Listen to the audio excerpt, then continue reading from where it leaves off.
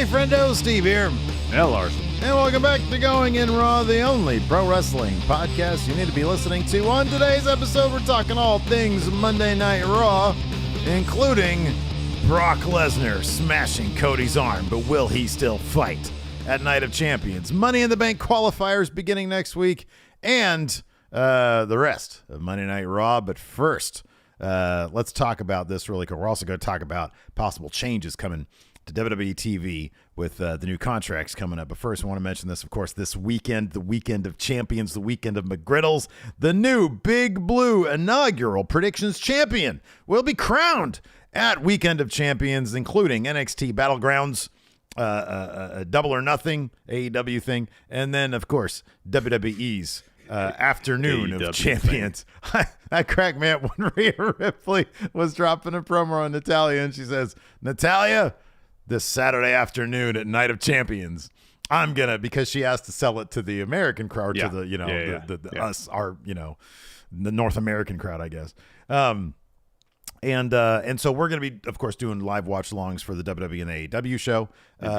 And we're going to be doing our predictions. And if you want in on the big May predictions, if you think you could become the inaugural Big Blue Predictions Champion, then all you got to do is, if you're on YouTube, click join. If you're on not on YouTube and you're anywhere else, you go patreon.com/Steven Larson, $5 and up, and you could become the inaugural Big Blue Predictions Champion. That's and correct. It's just a lot of fun. We sit there during the show and you're tabulating the votes. Cody Miles is doing the form, and we're tabulating I haven't the done votes. anything. Cody is a wizard when it comes to putting these forms together. The score tabulates itself.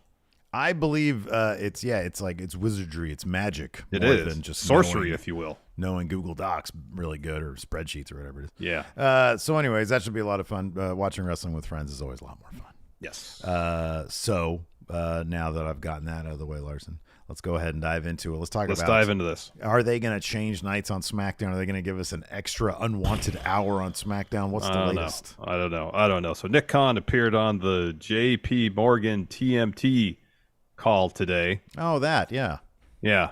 That annual event that we all I really get circle up in the day morning in the for calendar. that one. Exactly. Yeah. Talked about what third hour of Raw could look like in the near future, and the possibility of SmackDown adding an additional hour to the show. WrestleNomics Brandon Thurston, who does awesome work. Great Twitter follow. I know WrestleNomics has their own Patreon as well. Reports that Khan stated, quote, Raw is 3 hours. We don't anticipate that changing. Damn. That's my editorializing. Boo. They're in discussions about what to do with the 10 o'clock to 11 o'clock p.m. hour, whether to make it more adult. Mm-hmm. Yeah. Khan also added that, quote, we're still open to a third hour for SmackDown, and also mentioned, that Raw and SmackDown could go to any night of the week. Of course, this is all contingent on the next TV deal. Apparently, in the same call, he was talking a lot about Amazon. Yeah. Like SmackDown's bounced around like almost every day of the week during its history. Yeah, right. Having Raw on any night other than Monday would seem really strange. That's odd. That's silly. But welcome to Tuesday Night Raw. What? Yeah. They just called WWE Raw at that point. You would think so, yeah. Yeah, that'd be kind of silly, but I also understand they have like a, decades old competition going with, it's like whenever Monday Night Football's on, whenever, I think sometimes like political debates are on Mondays. But sleep is competition too, Steve. Well, then they shouldn't be airing at 3 o'clock in the morning, which doesn't seem like that's going to be the case either. Changing from Mondays. I mean, look, if they're going to get so much more money and they have to change to Mondays, of course they're going to do it. TKO is still going to be a publicly traded company, and they want to get those share prices even higher. Yeah, they're going to go with the deal that's better for shareholders of the company as opposed to the viewers' experience, and that's why they would add a third hour to SmackDown. That being said, no, look, the third hour of SmackDown, I'm not reviewing that, okay? I'll turn it off at 7 o'clock. Oh, wow. And I'll be like, you just tell me what happened. You could, how about this? Why do I have to watch it if you're not going to? Listen, whoa, number one, please don't yell at me. Tranquilo, big man. Okay, number two, I'll take the first half, you take the second half. How about that? Then we just have to do an hour and a half. It's great. Then I feel like I'm missing out on stuff. I have to rely on you to tell you what happened. You got that right, pal. And you gotta hope that I actually watched it right. Anyways, So no, 3 hours of SmackDown is crap, and hopefully they don't do it. No. That being said, Thursday SmackDown, please do that. Yes. Please, God, do that. Really, any night other than Friday, Saturday, Sunday. Yeah, I know. Yeah. Because I don't. Well, hell, I'll be honest with you. Even Sunday, well, they're not going to do that. But even Sunday, I'd be cool with Sunday because we review it on Monday. The thing is, look, Monday morning. Yeah. I don't like the following things are all true. I don't like reviewing a show 2 days after the fact. And yet, there's no way in hell I'm going to give up my Friday nights again. I like going to bars. And I'm not going to give up my Saturday nights unless it's a premium live event or a pay-per-view or something. And we don't do reviews like we're after shows anymore except for premium live events, pay-per-views. Yeah. So it's an impossible situation right now for me personally. I know for you feel the same way. So put it on Thursdays. We review it on Friday. Everybody wins. Everybody wins. Nobody loses. 2 hours, not 3. 2 hours. It's better for me. It's better for you. What about this? Let's talk about this. This has been a topic before. Making the third hour Raw a bit more mature, a bit more adult, as Tony Khan. Back in the 90s, what was on right after Raw, Steve? NYPD Blue. No, Silk Stockings. That's right. Well, hold on a second. Now, you didn't mention the channel. Maybe NYPD Blue came on afterwards. Maybe. I don't know. Was it Mondays at 10 o'clock? No. I feel like that was a Thursday or a Thursday show. Wasn't Thursday Thursday's better for everybody. Yeah. Thursday was prime time. That's when Seinfeld and Friends and a bunch of other shows were on. This is what we want to see on the third hour Raw. Side boob, right? Maybe some bare butt cheeks. Mm-hmm. Where you can see the whole crack. And you're just taking things that were on NYPD Blue at this point. Andy Sipowicz, bring him back.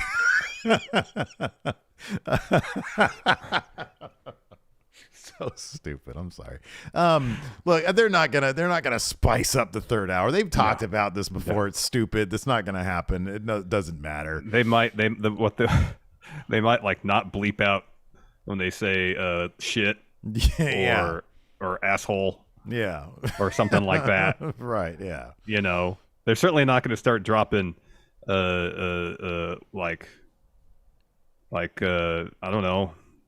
A lot of the other words they can't say on even cable television. The other thing after prime time, they're not going to do that.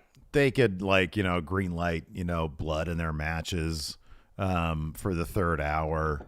I don't know. There's things they can do that honestly, again, it all boils down to character and story. You can say shit all you want, but if the character's not there, if the story's not there, it ain't gonna improve nothing. Exactly. So yeah, like that's a whole lot of nothing, but I would love to see SmackDown move nights just because, from a selfish standpoint, but I also think that Thursday nights would probably just be better in general. Yeah. Like you get to talk about it the next day if you want. Look, man, nobody's standing at a water cooler on a Saturday. And if you want people talking about your shit, I know they primarily do it on social media these days. There's really no water coolers because nobody's actually back in the office. But yeah, put it on Thursdays. Impact will move to Fridays. Agreed. Mm-hmm. Agreed. Let's talk about Raw. Move on to some highlights. So, the running story throughout the show, in fact, Raw kicked off with it, was Bra attacking Cody backstage as he was arriving at the venue, put him through a table, threw him into some kegs, threw him into a garage door, and then took one of those kegs and smashed Cody's arm with it.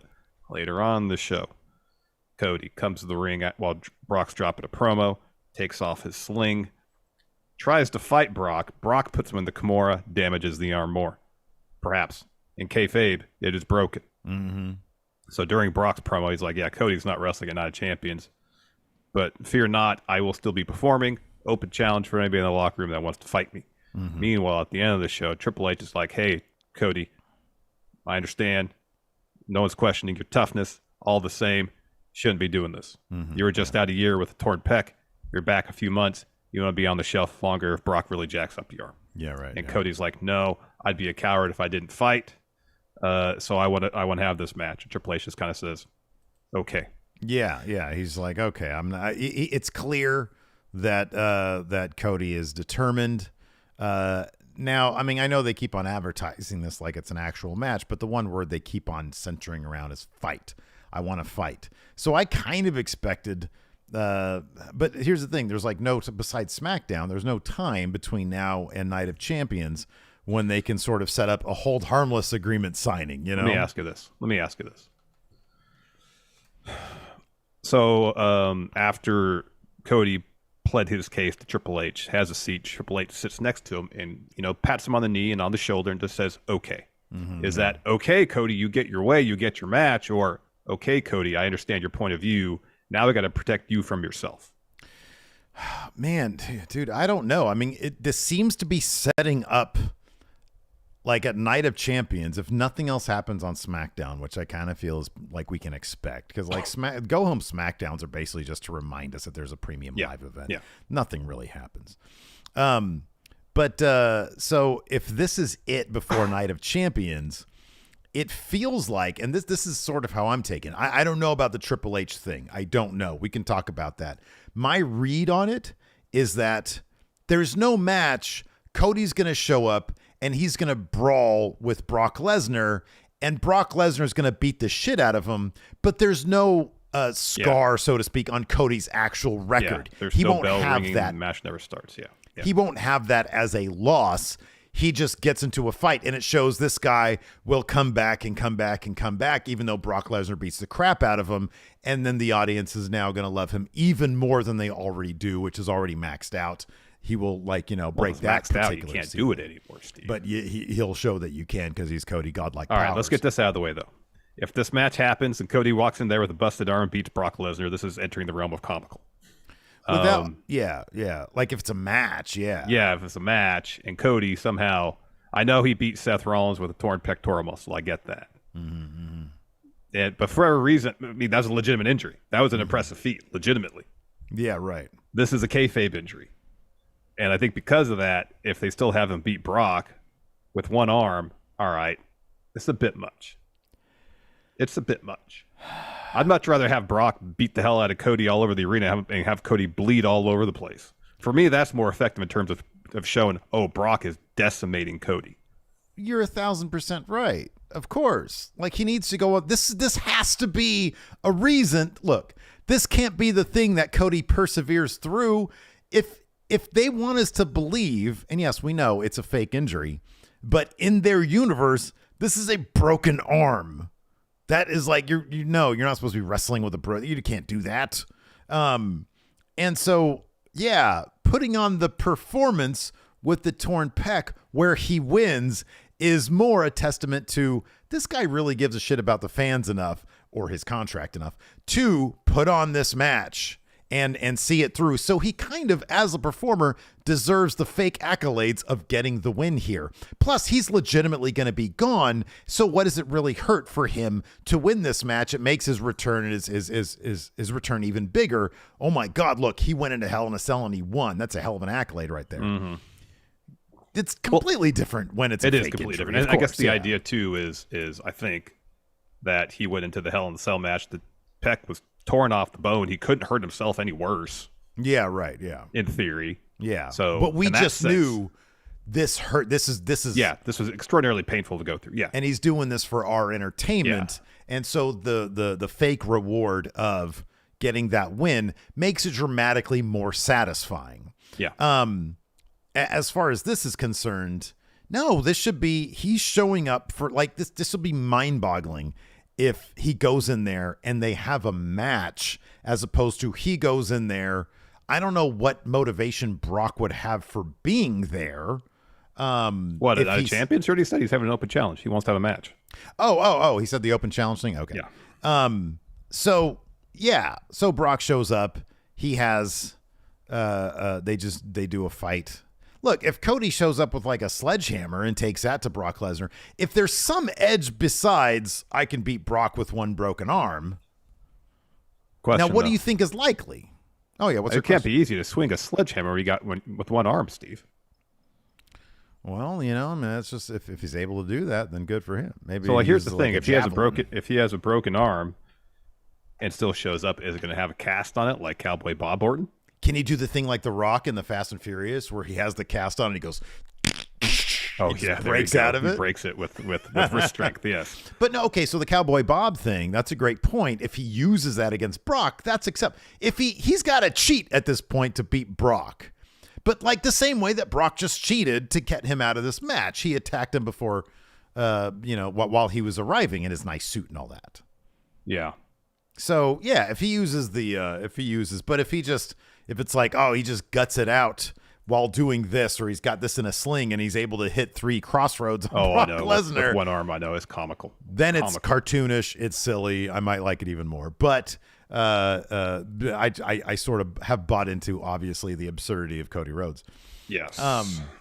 So yeah, I don't know. But I don't know how Triple H fits into it. I really don't. I don't either. Because like the next stop is Night of Champions. Yeah.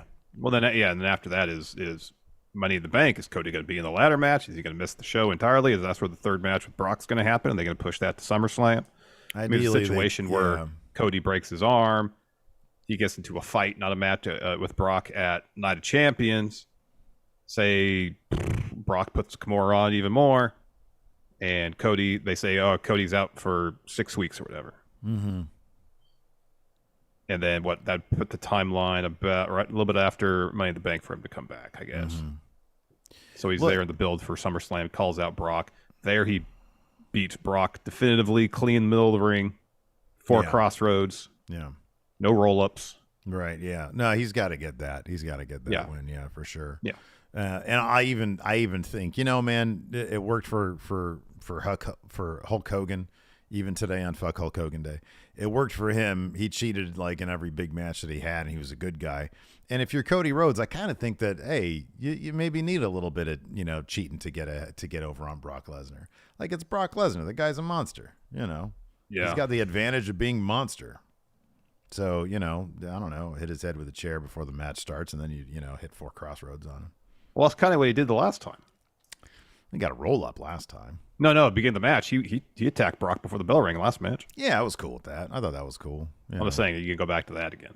Oh yeah, well, you got to do that with Brock, man. You got to do that, or kick him in the balls. Do that. Yeah, that's always fun. Speaking of Money in the Bank, they announced during Raw last night that the Money in the Bank qualifiers are starting next week, so that's cool. We're getting Money in the Bank qualifiers. Raw last night was kind of light on story beats, I felt like. Yeah, it's because it's a go-home. Have you noticed that? Like the go-homes, they just don't do story beats anymore. Not really, no. For all the talking that happened on Raw last night, pretty light on story beats or development, really. Yeah, it's all just beyond the go-homes are stuff. simply like they're like elongated hype packages. They're a 3-hour commercial for Night of Champions, essentially. I mean, the Cody story beat was a story beat because it broke his arm, but that's kind of it. Yeah, but outside of that, not a whole lot happened. Let's talk about this. This was a massive bummer. Hold on, before you move on from the qualifiers, do you think there's going to be qualifiers for everybody? Because remember when they did what was it, Rumble qualifiers? Yeah, there was like 3 qualifiers and everybody else just got in. I know. So is everybody that gets into Money in the Bank going to actually have a qualifier, or is it going to be like 2 qualifiers and the rest of them just get in? I hope so. I hope there's some consistency. If there's qualifiers, then everybody should have to qualify. If there's no qualifiers, then just let everybody in. WWE, I mean, speaking of the consistency, WWE's in a weird spot right now because clearly there's a push and pull between Triple H and Vince McMahon. Like, it was reported by Fightful that, there was pretty heavy changes to the show during the day, and there was speculation on part of some of the talent that was Vince McMahon. From what we've heard in the past, that might be likely, and who knows if it's for good or bad. But regardless, there's totally sort of the lack of logic in certain weird little details that Vince was notorious for in his last couple of years of booking the show that are starting to creep back in, and it's like people care about that shit. Like, they still have the weird thing about, what's happening with the titles. Why did the NXT titles the tag titles come to SmackDown? Why have they not swapped the Raw and the SmackDown tag women's titles? There's still a lot of weird little things like that. And given that wrestling fans, generally speaking, and I think probably for a larger sort of pop culture aspect of things, the MCU really put that emphasis on pay attention to the details, the kind of thing that nerds used to be the domain of like the super nerds, became more of a more mass thing. And I think WWE needs to kind of respect that. Like, Yeah. we care about the details. So can you pay attention to them, please? Yeah, when you have weekly television, it's the details that really add the depth and whatever's interesting going on. I mean, that's what makes the Bloodline storyline work so well, is the details. The details are there. It's the details that are everything there. Yeah. Yeah. So let's talk about this. This was a bummer to see over the course of 3 hours of Raw. We got all of 2 women's matches. And I saw online they totaled a grand total of 5 minutes. Yeah.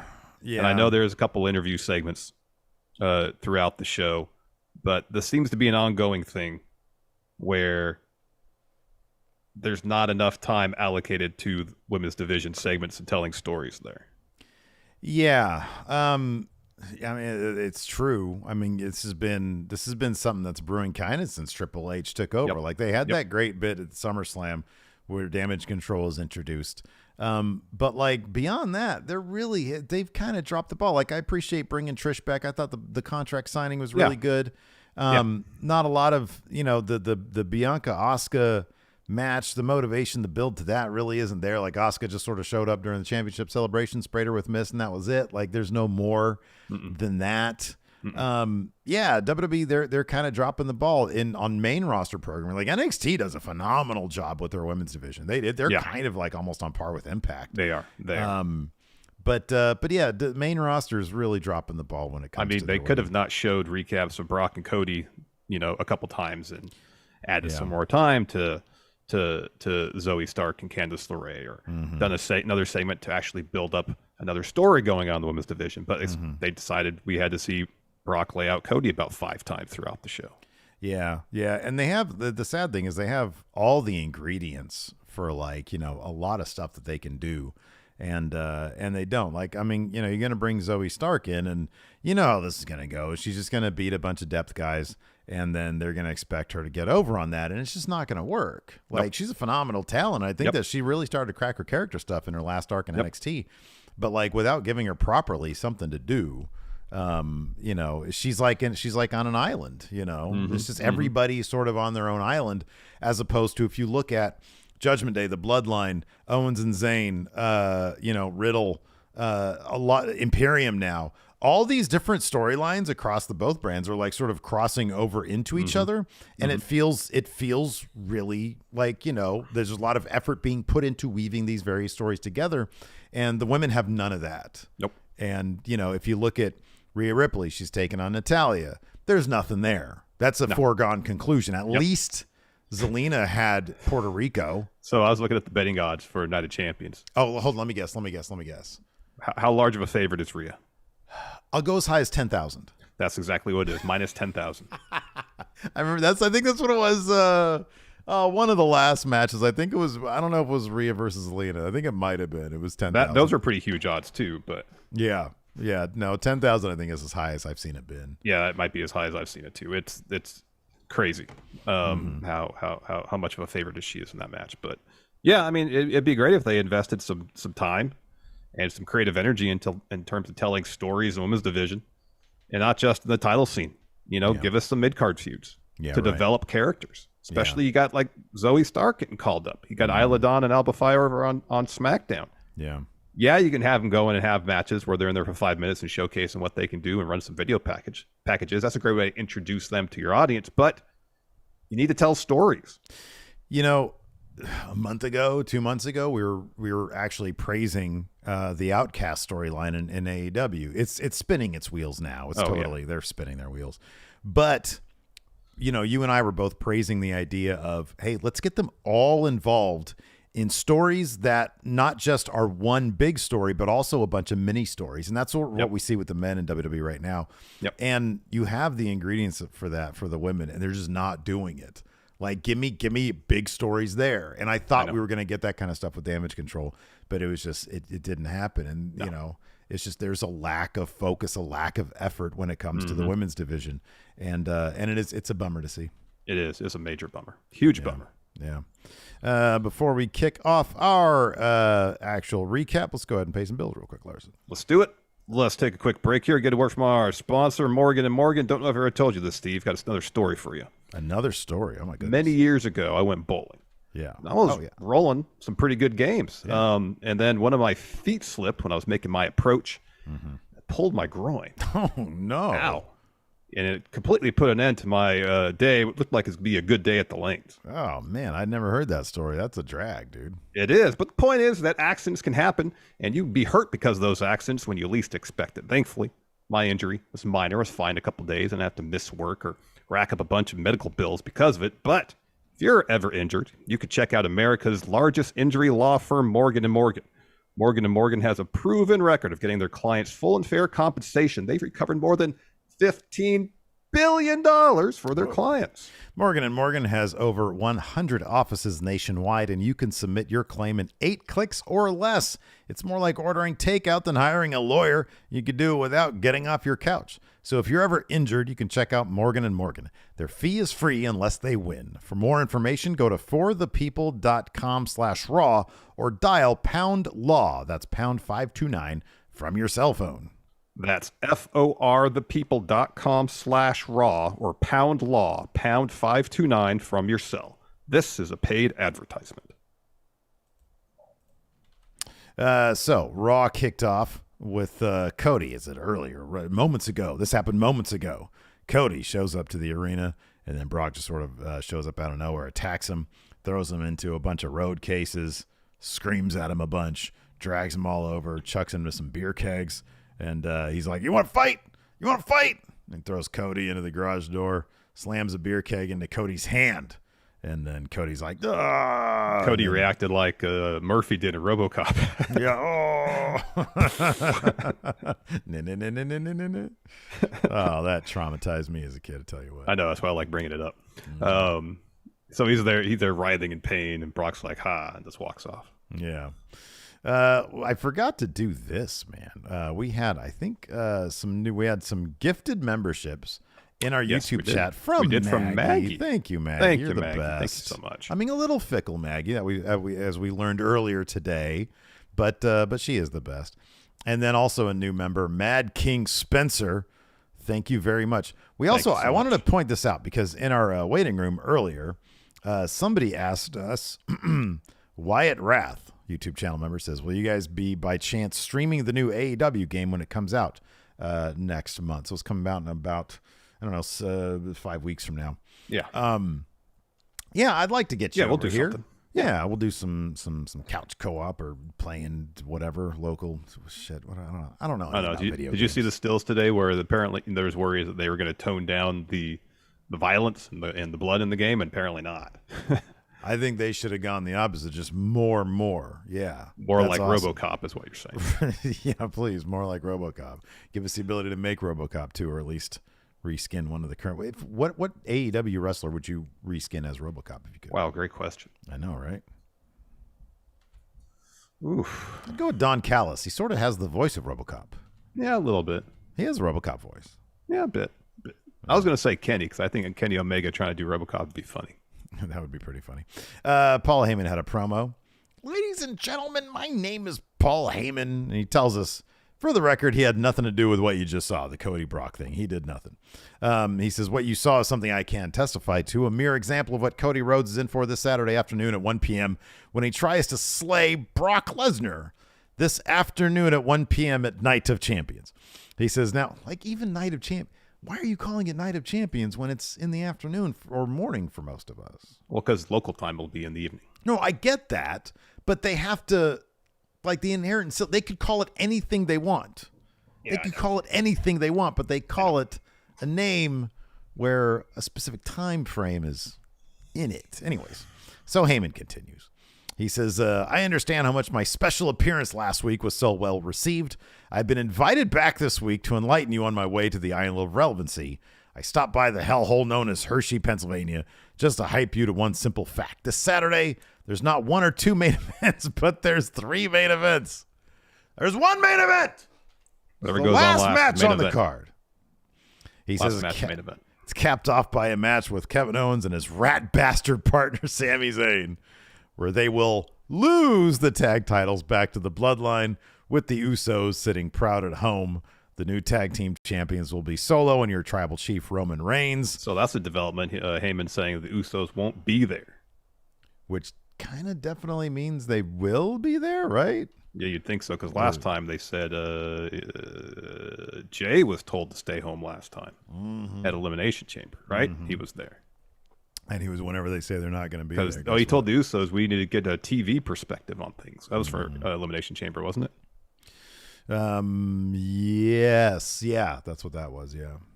Yeah. So anyways, Kevin Owens comes out. Sammy's music comes out as well. And Paul's already gotten out of the ring. They recap what happened on SmackDown. So he says, where'd Heyman go? Seriously, I've never seen him run away so fast. He must think we have a score to settle, but the truth is we feel pretty good heading into the biggest title defense we could have when we face Solo and Roman. I've said it before. It's very personal. There's nothing left to say. Everything I had to say, I already said it to Roman's face. And so Kevin Owens says, I want to say something. A couple weeks ago, he dedicated his victory to the Wild Samoans, Alpha and Sika. It inspired me to do the same. I officially dedicate our victory over Solo and Roman to the true pillars of the bloodline, Jimmy and Jay. Sammy says, that's Night of Champions. We have business tonight. We're in 6-man tag action against Imperium. And then Imperium, they come out. They surround the ring. Gunther's like, you go there, you go there. And then they're like ready to throw down. They're outnumbered. And then Riddle comes down and saves the day. Of course, we figured Riddle was going to be their partner. Yeah. We figured correctly. Yeah, called that a week ago.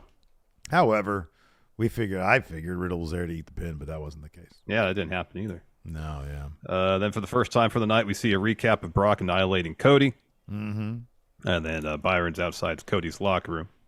And they're talking about how it's unclear whether Cody be able to compete. Adam Pearce walks out. He says Cody's still being evaluated. And Byron's like, well, there's a rumor going around he has a broken arm. And Pearce is like, I'm not going to address that. And then he leaves. Mm-hmm. Yeah. Then we had Ricochet versus Bronson Reed. They're building up Bronson Reed these days, which means a tsunami got the win for him over Ricochet. Yep. This was really fun, though, especially that bit on the outside when Ricochet hit that. It was like a jumping knee or something. Oh, yeah. When Bronson was doing the dive off the apron, he usually does, yeah. Yeah, that was cool. So, Ricochet, depth guy, yay or nay? Wow. At this point, kind of. As a tag guy, I say nay. But as a singles guy, yeah, yay. And right now, Bronson Reed, they're trying to book him outside a depth guy, seemingly. I think Bronson Reed, they do not want him to be a depth guy. I don't think they have depth guy plans for him. Mm-mm. I think he'll take big loss. I think Bronson Reed will lose against bigger names, but yeah, no, he's, Viking Raiders, they're not picking up. But Viking Raiders will only win these days against actual enhancement talent, against local competitors. Which is weird. It is kind of weird. Yeah, it is kind of weird. Because they repackaged them. They have, their presentation is good, is great now. Mm-hmm. Yeah. And they were presented as legitimate threats for 2 weeks, and they've just been jobbing out all over the place. Well, I mean, that's sort of what the depth guy really is. It's somebody who looks really great. One day we are going to do that video because there are certain criteria. You won't get wins against people who are at this level or up.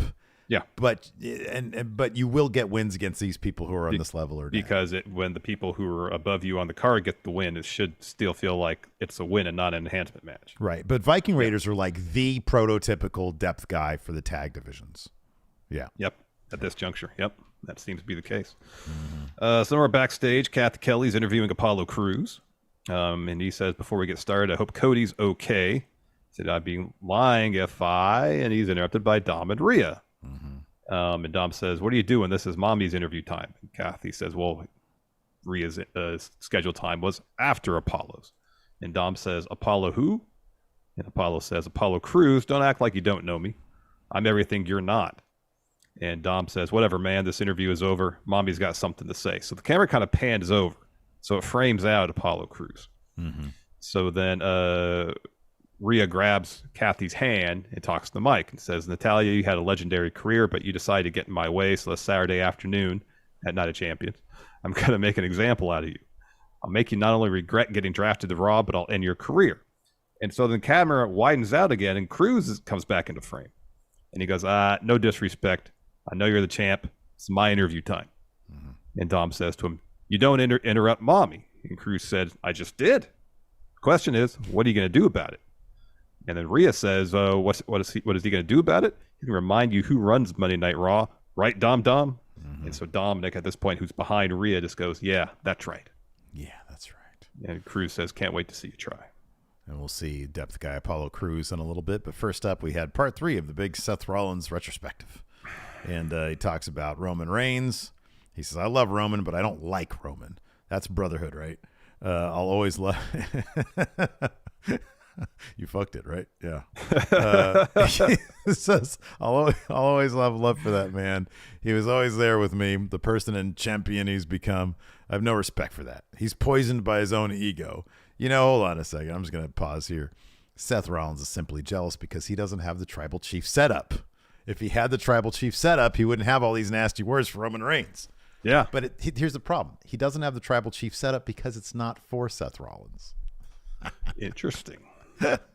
That's Roman's words, man. That interview, that segment has been going around Twitter. It's my favorite thing. Oh, yeah. He doesn't have the tribal chief setup because it's not for him. So anyways, Raw asks about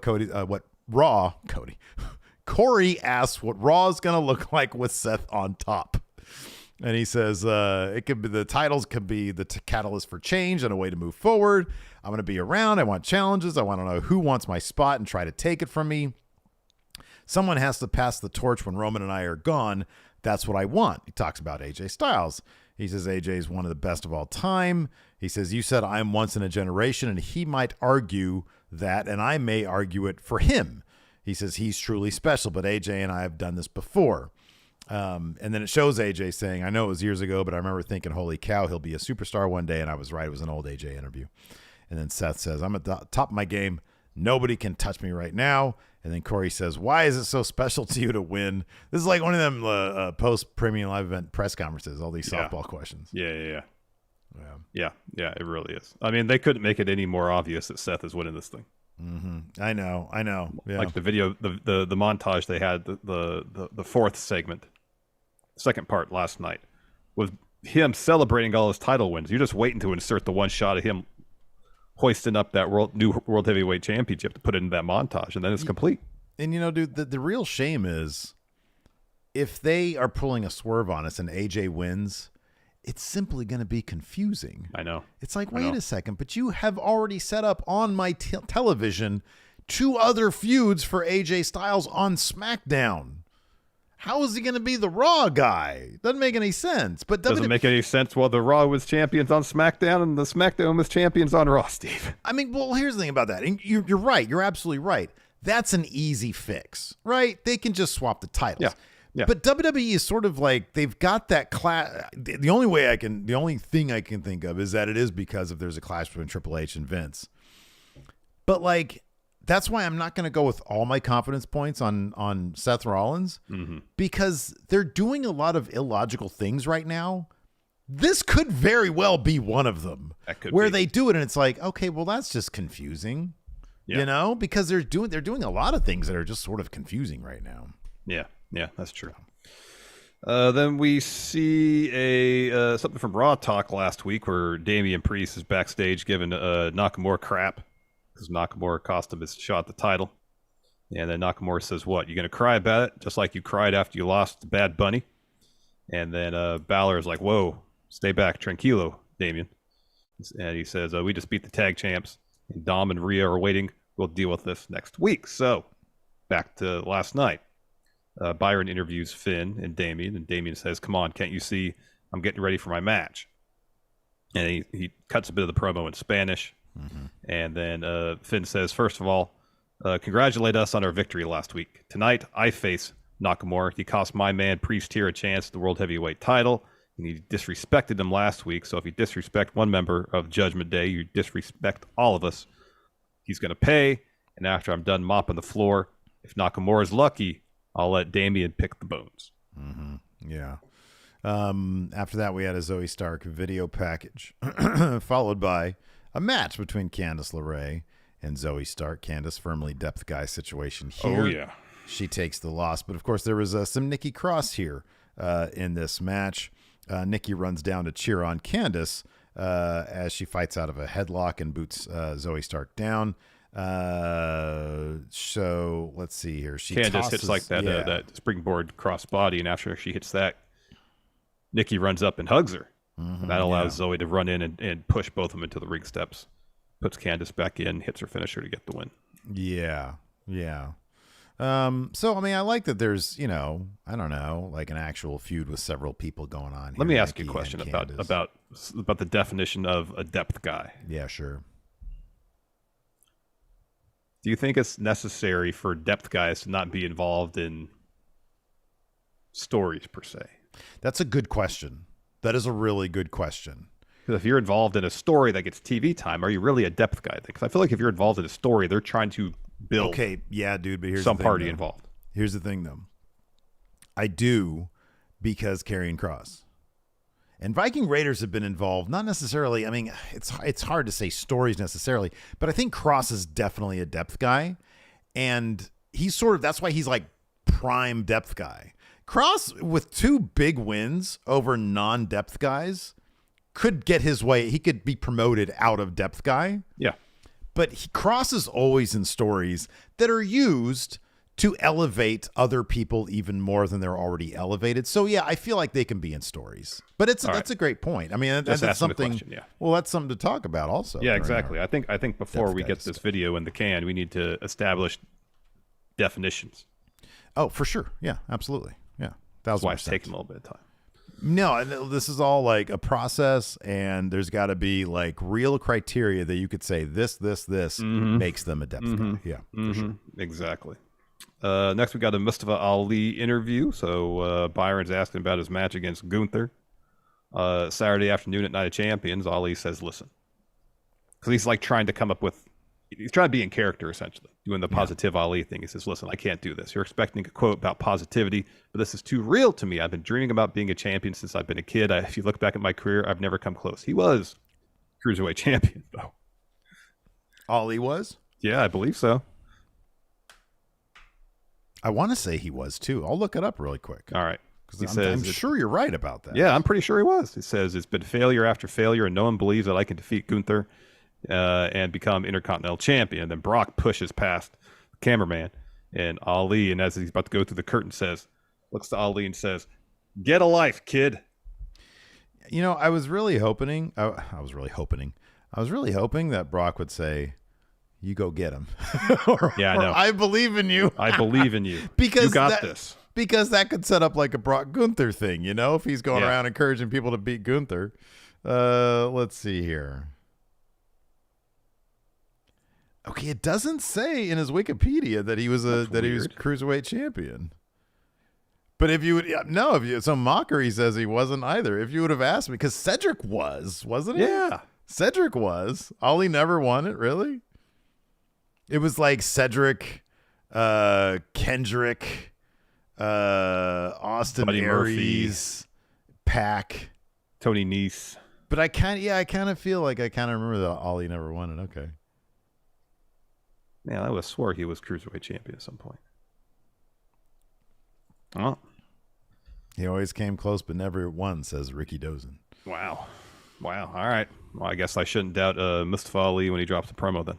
Yeah, man. Yeah. So anyways, Brock makes his way out, says, so Hershey, what do you want? The final Cruiserweight champion was? It was Carmelo Hayes. Very good. Very good. Beat Jordan Devlin for it, I believe. That I forgot about, but you're right about that too. I think. Yes. I mean, Carmelo won it and merged it with the North American title. The champ here in YouTube chat says Cedric beat Ali when Enzo vacated.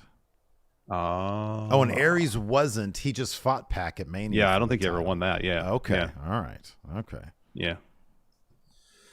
So Brock comes to the ring, says, so Hershey, what do you want to talk about? Oh, it's Roderick Strong that Mello defeated for the Cruiserweight champ. So at least I got that half right. And so the crowd boos, and then Brock says, yeah, I'd boo Cody too. Unfortunately, he will not be out here tonight. Cody will not be fighting Brock Lesnar at Night of Champions this Saturday either, but don't worry. Brock Lesnar will not let you down. I'm going to issue an open challenge for anybody back there to fight me at Night of Champions. All you got to do is step out here and step up to Brock Lesnar. So then Cody stumbles out, arm in a sling, ice on his arm. Oh, yeah. Looking like a hero. Yeah. It looks. At first, I thought his shirt was all ripped up. but it was just kind of over his shoulders. It was like post Hulk transformation. Yeah, that's what Bruce it looked Banner. like. Yeah. So he stumbles out, pushes past Adam Pearce and some refs, gets in the ring, takes the sling off, takes the ice off, and then goes after Brock. Brock just pretty much instantly locks onto Kimura and is just screaming at Cody, "Fight me! Yeah, fight me! Fight me! Fight me!" Yeah. And then he does the fake snap Yeah. to signify that he's broken Cody's arm. And then he steps on Cody's arm and then stomps on it, grabs his hat, walks off. And Adam Pearce is just freaking out. He's like, "Give me a medical." They should never do a fake broken arm unless it's with Alexa Bliss. Because she has the elbow thing. The double jointed elbow thing, and it looks amazing. It looks so messed up. Yeah. It does. It really does. Yeah. Otherwise, just doing this, I want to see a disfigured arm. I'm surprised they didn't go to makeup and do some light bruising on there at the end, especially the bit with the Triple H. They should have done like some gore. There you go. Bones. You wanted compound fracture is what you wanted. That's what I'm saying. Yeah.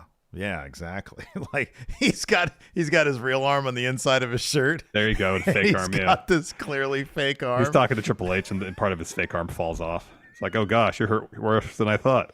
Oh my God, you might want to get that checked out. I'm fighting Brock at Night of Champions. Put that on some ice, Paul. Oh, it's like a Monty Python sketch. After that, we had the Alpha Academy versus the Viking Depth guys. Maxine goes with both men to the ring, and then I'm trying to think if anything like happens here. No, it seems like Maxine's all in on the Alpha Academy thing because she does the thank you pose with Gable and all that. Yeah, and then like on social media, Mansois apparently confirmed that she's out of Maxim male models. Mm-hmm. So yeah, like I think honestly, like she look, I know that managers sort of just wear whatever they want to wear, but like get her some Alpha Academy-esque gear. Well, she had the outfit with the stars on it last night. Oh, was it red, white, and blue? Because no. They don't always do red, white, and blue. No, they don't. Yeah. Okay. All right. I was thinking singlet, to be honest with you. That's what I had in my mind. Yeah, man. Anyway. So yeah, Alpha Academy got the win. In fact, it was Chad Gable that got the win, which is surprising because he doesn't win a lot of matches. That's true. I know. Yeah, they're not depth guys, Alpha Academy.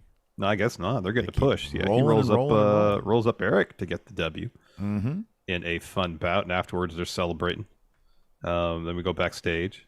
Byron is asking Adam Pearce for an update, but Byron's standing outside Cody's locker room.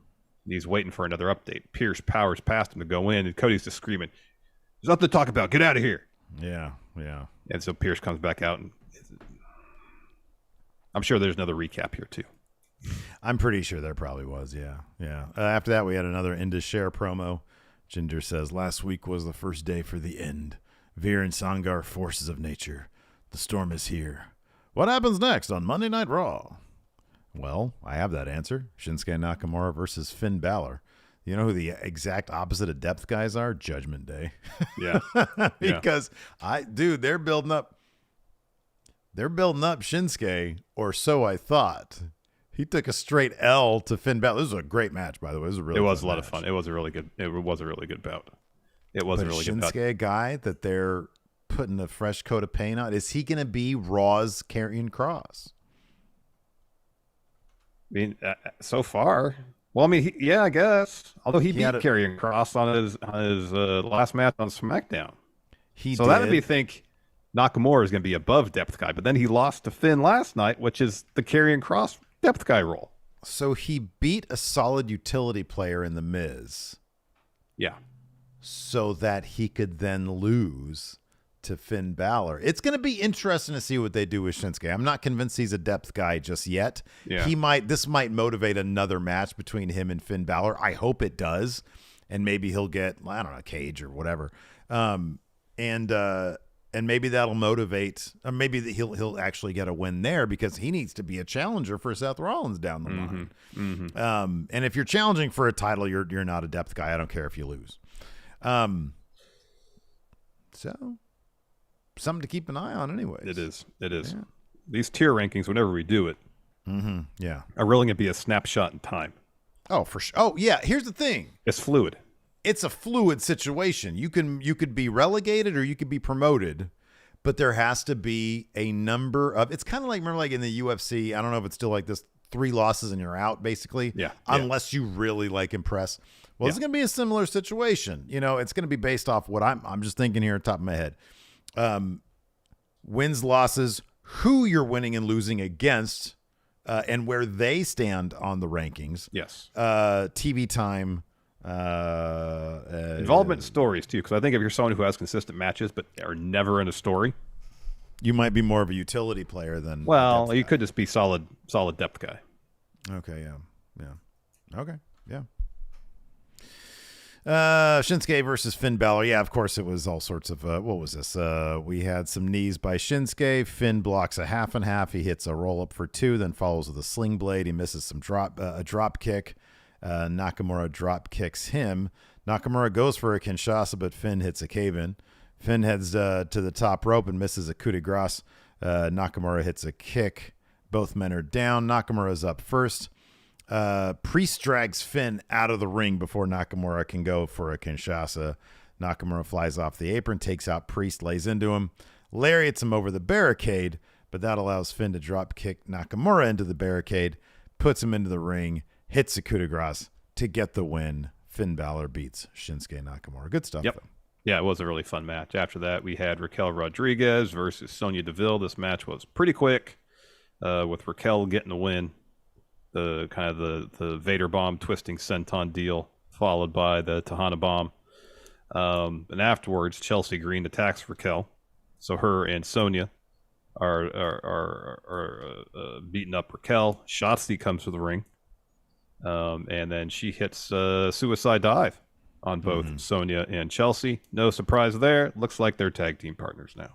Yeah, we got that confirmation a little bit later. Backstage, a ref tells Adam Pearce that Cody's angry and he's not letting anybody in, but he's hurt badly. Pearce goes to leave because he wants none of that. He's like, not my problem. Yeah. And Trish walks in. She's like, hey, what's up? She says, I've been busy, but I did make room in my schedule for the contract signing. And he says, thank you, Trish. And she says, oh, you get it. I love that because that's what her shirt says. Mm-hmm. She says, speaking of, Becky. She's a little feisty, so I was thinking maybe we could have a no-touch policy. It's a professional environment, and the set is expensive. And Pierce says, I don't know if you've seen anything going on tonight, but be honest, I don't think there's a need for a no-touch clause. So thank you, but no. Excuse me. And then that contract signing is up next between Trish and Becky. This is good stuff here. It is. Becky was awesome. I really like how Trish is approaching her heel character. Mm-hmm. Yeah, me too. Yeah, it just seems different, you know. Yeah. Oh, Maggie brings up a good point here. She says that suicide dive from Shotzi was super clean. Yeah, it was. It looked like $1 million. It was great. It was great. So Becky comes to the ring first. She says, "Man has come around to Hershey, and now we got business to take care of. Get your ass out here, Trish, and take care of business." So she signs the contract immediately. Pushes to the other side of the table. Puts her feet up. Waits for Trish to make her entrance. Eventually, she does. And it definitely sounded like they were piping in the crowd noise for Trish's entrance. Yeah, the Hershey crowd was not, and I don't know. I'm not going to blame it all on the crowd. It's not like sometimes you're not given a lot to work with, but yeah, they were kind of quiet a lot of the time. Yeah. You could tell when it was piped in. Yeah. So Trish comes to the ring and says, "Look at you. You jumped right into it. It's funny. You weren't eager to come back, or this eager to come back after I kicked your head off, were you? You know, I have to say this is a big moment. It's my first contract signing. I want to enjoy this." And the goat has come around to, where are we? And she leans to Corey Graves, is like hosting the proceedings. Mm-hmm. And she's like, Hershey? Like the chocolate? Mm-hmm. She turns back to Becky. Look at you. So cool, and kick back with your weird glasses, because Becky had glasses that were like hands covering her face. But yeah, those were cool, man. She had a cool setup. Yeah. These aren't a big deal, right? Talk about the contract signings. You've had so many of these. You know why you've had so many of these? Because of me, the work I did. And you can stop doing the Irish jigs in a dumb restaurant and come here where contracts were the norm thanks to me. Mm-hmm. And she continues. She says, you said I want to come back because I want to be number one again. But honey, I am number one. Still number one. Always will be number one. I was number one the minute I walked into WWE. It didn't take me a broken nose to get there. You say you're it. What happens when I beat you at Night of Champions? I guess that makes me it. What will happen to you? Will you crawl back in that dark, deep place and go through your stuff again? See, Becky, I got you figured out. I see your weak spots. Your biggest problem is you. You're your own worst enemy. When you wanted a face and a name for the badness in your head, it had a name all along. It was staring you back in the mirror. So I'll sign this, but isn't it ironic? Because this is my first signing, and it'll be your last contract signing. So she signs, and Becky just stares at her and smiles. Yeah, so she says, you're scared. I saw that thing with you and Pierce. Scared I'm going to hurt you? No, I want you at full health. You're scared of something bigger, eh? You're worried about being forgotten. Time has passed you by, and you've just stayed the same. Everybody else has gotten better, and what's more is that they remember you as being better than you are. But I'm better than you think I am. You don't need to worry why I was gone, but you worry that I'm back. She says, you want your flowers. That's what this is about. But okay. Thank you, Trish, for being everything I hope I never become. You're vapid. You're vapid. Vapid. It's vapid. Yeah. I'm passion. You're trashy. I'm soul, heart, and fashion. You're cold and hot. I'm it, and you're not. So you can stab people in the back, but I'll punch you in the face every time. That's why I can look myself in the mirror and know I'm not perfect like you think you are, and I can carry on regardless. That's why with the badness, I had a career you can only dream of. While you've done things that give me nightmares. If you think barking like a dog is embarrassing, just wait until I whoop your ass at Night of Champions. Welcome to the big time, bitch. Woof, woof. And Becky slams the mic. It was really, really good stuff. Referencing the bark like a dog stuff, apparently. Also, yeah, it was good stuff. Yeah, it was good. So we see Adam Pearce on the phone backstage, and he says, you have the same information I do. Cody's arm is mangled. He won't reason with anyone and gets rid of any personnel, which is why I'm calling you. I'm out of options. He's calling Triple H. Mm-hmm. And he says, all right. And then we hear Judgment Day's music. Go to commercial, come back. Byron's backstage with Raquel at Shotzi. Shotzi says, you have no idea how much respect I have for Raquel, and I have her back anytime she needs it. Raquel says, looks like I just found my new tag partner. Next Monday, we're walking out new tag champs. Yep. That's not going to happen, but yeah. No. After that, Dominic Mysterio versus Apollo Crews. Typical stuff. Apollo Crews kind of dominates this until Rhea Ripley uses a distraction. Dom distracts the ref, sends Apollo Crews into the post down on the floor there. And then let's see. Yeah, because Dom had missed a 619. Crews dragged him out. Lariats him down. Rhea steps in front of him. And then so yeah, they almost got a count out with Crews. He got in at like 9.9. But as soon as he gets in, Dom hits a big frog splash. He jumped quite a ways on that one. He did. Yeah, he went a ways. Yeah. So Dom gets another win, this time over Apollo Crews. Mm-hmm. Then we got an AJ Styles video package highlighting his career. They had some stills from his run in New Japan. A lot of stuff, a lot of video from his WWE career, obviously. Mm-hmm. Yep. Then we got the final installment in the Seth Rollins interview. So Corey says, you've held every title in WWE, so why would this World Heavyweight Championship be so special? And Seth says, it's time for change. I was never pegged to be the guy, so I had to work harder to get my spot. He says, this is my first love, man. Since I was 4, this is all I ever dreamed of. It gave me a life beyond my wildest dreams. I just want to see it be the best it can be. The World Heavyweight title is our moment to do something special. I'm going all in on this title. I'm giving it every single thing I got. I want to create something that lives forever. He continues, I want to be somebody the future can look to and say, that's the guy. That's the guy right there. Then we get the info that the Money in the Bank qualifiers start next week on Raw. And then we had our main event. Imperium versus Kevin Owens, Sami Zayn, and Riddle. Shockingly, Riddle didn't eat the pin here. I know. He actually took out. I'm assuming they're going to do a Riddle Gunther thing next. He sort of took out Gunther, put him over the announcer's desk towards the finish of this match to keep him out. And then Kevin Owens and Sami Zayn. Owens hit, Vinny Vici. Got hit with a haluva kick by Sami Zayn. And then Owens hit a swanton to get the win here over Imperium. So they walk in 2 Night of Champions strong. They might have a SmackDown. They might do a thing on SmackDown. Yeah, they already announced that KO show with Roman. And that's Solo. right. Yeah. So there's more there. Yeah. Yeah. Oh, so and then after that, yes. Yeah, the big Cody bit here. So Cody's in a locker room. He's allowed the cameraman to come in. Apparently, there's a knock at the door. He says, "I don't need help." Triple H comes in. He says, "How you doing? Let's sit. Listen, I know where you're at. I know how angry you are. That Firebird gets eyed." And Cody's like, "Look, I know what you're trying to do, and I have respect for it." Triple H says, "I know you understand, but that's the position I'm in. You need medical attention. Come on, I can tell it right now. I can look at it right now. It's broken. And from your face, you know it is too.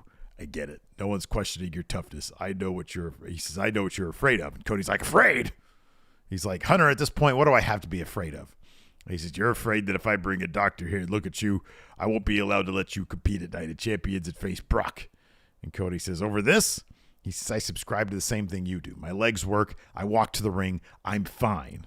Cody says, "You don't need to prove anything or how tough you are. I saw you wrestle with a torn pec. I don't question your toughness. This is different. Think of the year you spent on the shelf." And Cody says, "I understand that year was terrible, but it's far worse if I just ended up being a coward and didn't go and fight. And please, you of all people, come on. Let me ask you something. What would you do? What have you done? You fought. That's what I'm going to do. I'm going to Night of Champions. I'm going to fight Brock Lesnar." Triple H, understanding there's really nothing more he could say, just smiles and just pats him on the knee and says, "Okay."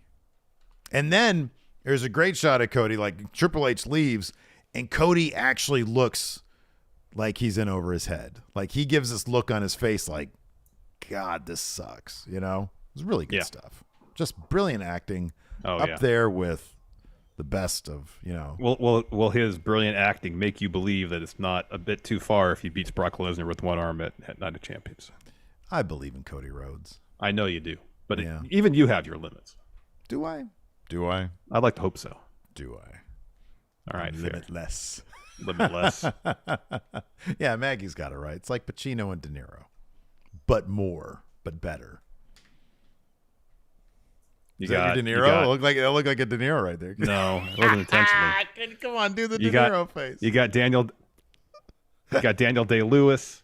You got Cody Rhodes. Right, yeah, exactly. That's what you're saying. Yeah, you feel me.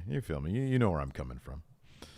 Anyways, let's go ahead and answer some questions. See if we got any. I think we had some super chats here. Let me check really quick. We did. Yes, I had one of them up. Hall of Famer Jeffrey here says, "How do you think you would fare on Parts Fun Known Survivor Series?" I have not watched that. Survival Series. We dominate.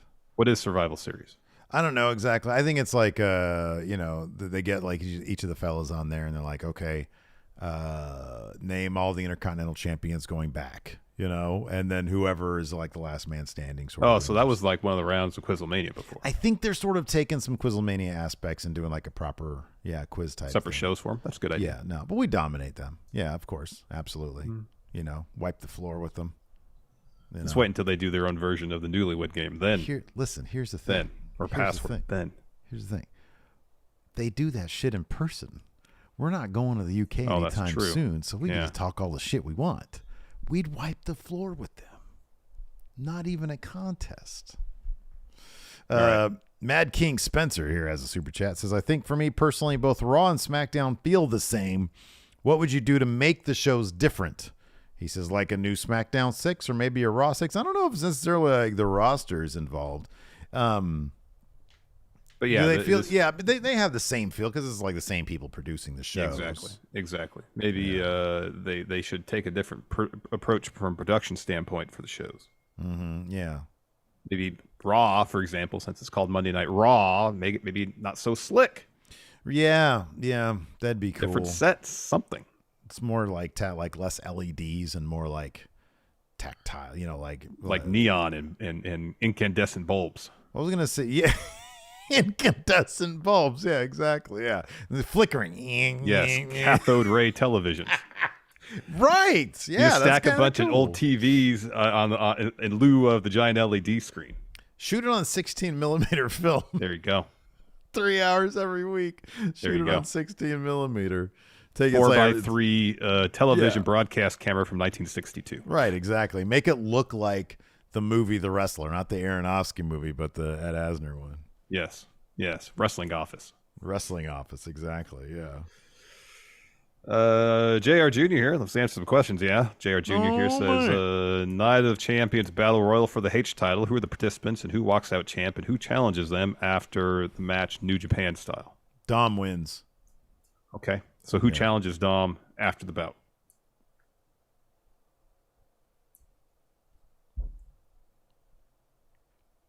Rick Boogs. Oh. All right. You said, oh. Let's see here. Zyshawn, what wrestler or tag team / faction, in your opinion, has the best presentation in wrestling today or in the past? Well, those are two very different things. Today, for my money, is Judgment Day. I think all their imagery looks great. That theme song is fantastic. They're wonderful. New Day. That's my answer for both questions. Good. They consistently have the absolute best gear. Mm-hmm. The absolute best gear. They've been a unit for what, like 10 years? Been a long time. Fantastic gear. Presentation's great. They consistently evolve the Tron, all their video assets. Yes, the New Day. House of Black. That's a good one, too. Yeah. Yeah. They should break up the New Day. Jonathan Vieira says, could Cody somehow come back from the dead because he seems to be booked to be unstoppable? Yeah. Yeah, of course. Yeah, he's going to be. Godlike powers. Come on. Yeah, I mean, he said he didn't, but now he's going to prove everybody and himself wrong. Yeah. Ooh, he has a healing factor that make Wolverine jealous. Listen to this. Guardian Ape says, what if this whole time Triple H was conspiring against Cody in order to hold him down, making sure he loses at Mania, making sure he gets attacked by Brock, but trying to act like the good guy? Yeah. That'd be a story. There'd be a story there. Would be a story. I don't think I'm skeptical that something like that's happening, though. I don't think that's the case, but I think that'd be kind of cool. Oh, Bullet Club. Yeah, Bullet Club's their shit was really good. That song was awesome. That logo was great. When Prince Devitt would walk out on Fale's shoulders. That was good stuff. Yeah. Zach Sparks says, with speed in which Ali has been shot to the atmosphere, then immediately slammed down by Lesnar, what's his path back to proper title contender? I mean, I guess it's going to SmackDown and feuding for the U.S. title because no one's beating Gunther for that Intercontinental title anytime soon. Yeah, you're probably right about that. I mean, they've had so many opportunities to do something interesting with Mustafa Ali. I know there was an instance where injury maybe cost him an opportunity to contend for a title. But there have been several other times where you could have put him in a title program and had him win it, and the crowd would have been behind it. Mm-hmm, yeah. And they just never really followed through. Mm-hmm. Yeah. It's a bummer because Ali's extraordinarily talented. Yeah, he's super cool, man. Let's see here. Blind Mask. Which NXT call-up do you see challenging for a world title, if any, and which world title? Right now, none of them, because I just don't. I gotta see more. I don't know. Yeah. I don't really see it for Grayson Waller. Not now, anyways. Out of the call-ups, Zoe Stark, maybe down the line. Alba Fire. Alba Fire, that's a good name. Yes. Oh boy, she's a good wrestler. She is really good. She's really good. Cameron here asks, if Roman loses everyone in the bloodline, Heyman included, could you see him turning to Seth for help? Ooh, that'd be interesting. That'd be pretty cool down the line. That'd be a lot of fun. Mm-hmm. I really hope they thoroughly explore that relationship before Roman finally calls it a day. I feel like it's probably, I don't know. I could see Roman going another 5 years on the Tribal Chief setup. Yeah. Tons of money, very few dates, holding it down. I could see that. I could see him doing that for a while. Deep Voice Dude says it's obvious they're setting up Seth versus Roman. Hell, Seth is talking more about Roman than AJ. Which pay-per-view do you think Roman versus Seth happens at? Oh, Survivor Series. Do War Games. Team Seth versus Bloodline. I'm going to say Mania 42. And that's long-term storytelling there. When Roman loses the Universal title. Wow. Yeah. Wow. You just looked at your calendar, your imaginary calendar. I didn't know there is the date right here on my computer. So I was looking at that. It's like, wow, that's another 2.5 years. Hey Siri, how many days is it until April 1st, 2025? No, 2026. Hey Siri, Next year is 40. how many days is it until April 1st, 2026? It didn't reset. She said Mr. Dope here in chat says 851. Oh my goodness gracious. 851. Wow. Now he says 1,032. Wow. Wow. Alex Foster here says, we've talked about people dethroning Roman, Cody, Sammy, Jay, Drew. But who would be an underrated name that you would be cool with? Alex Foster says Xavier Woods. An underrated name to do what now? Beat Roman. Dethrone Roman. To dethrone Roman. Oh. Carmelo Hayes. Oh, I've got it. And here's the thing. This is possible. CM Punk. All right. That wouldn't be shocking. Things fall apart between him and AEW. Man, I don't know if Triple H would bring him in and be like, all right, you're going to beat Roman. Things fall apart between him and AEW. Trying to stick it. People at USA and Fox are like, oh, you can get CM Punk? Let's do it. Let's do it. All right. Got these billion-dollar deals. They bring him in. He plays ball. No, that's a stretch. He beats Roman. No, it ain't happening. Not going to happen? Not going to happen. Yeah, man. I think it's possible. I think it's possible. No, it ain't possible. $100 right now. Bet. Never happened. I'm not saying it's going to happen. I'm saying it's not going to happen. Justin Reed says, we all know the triple main events tag is stupid. So what order do you two think the match card on Saturday should be? It should open with the tag title match. Mm-hmm, yeah. Roman and Solo versus Kevin Owens, Sami Zayn. Mm-hmm. And it should close with Seth Rollins versus AJ Styles main event for the World Heavyweight Championship. Man, you do Cody and Brock right before that because I think you might be on something with that not actually being a match. Yeah, right. Yeah, it's more of a fight. Yeah, Brock's gonna do that's gonna be a mid card, like a mid card title match. Yeah, I'm sorry, title match, open challenge.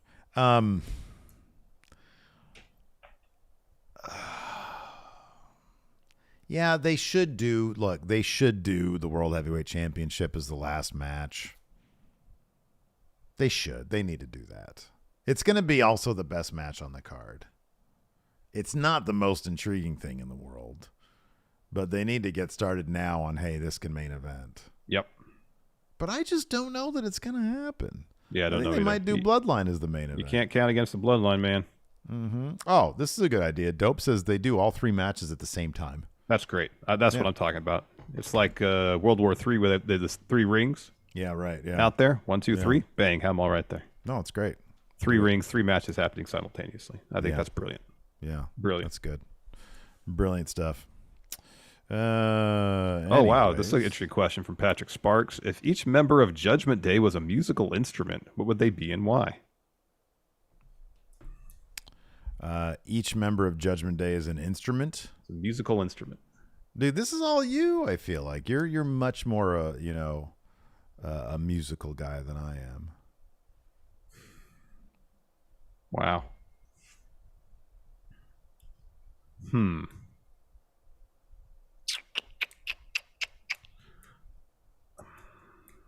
I'll say Rhea Ripley are the drums because the drums set the tempo, sets the pace. Okay, good. And I mean, that's the way she's booked. She's kind of the unofficial leader of Judgment Day. She's a champion. Yeah, absolutely. Finn is the loud one, so John Thon has it right here. He's electric guitar. Okay, sure. Wailing feedback going, yeah. That's good. Priest, deep voice, bass player. Of course. He's the bass. He's the bass. Dom, though. The Black Nostalgia nerd here says Dom is a triangle. Tambourine Dom. Kazoo. Triangle. Dom is cowbell. That's good. What instrument do people hate? Dom is a theremin. Oh, the theremin? Yeah, there you go. Yeah. Anyways, There you go. That's going to do it for the show today, I think. Yeah. Thanks, everybody, for hanging out. We appreciate it. Thank you for the super chats. If you're watching this on YouTube, do us a favor. I know it's right before we sign off, but give this a thumbs up. Hit that subscribe button, man. We got some positive growth in the subscription area. Yeah, we have. These days as a new podcast. It's kind of good to see. If you're listening to this in the audio realm, do us a favor and leave us a rating, review, or a comment. That actually helps grow Going In Raw, and a freaking easy way to do it. Yeah, that's going to do it. Thanks for watching. Till next time, we'll talk to you later. Goodbye.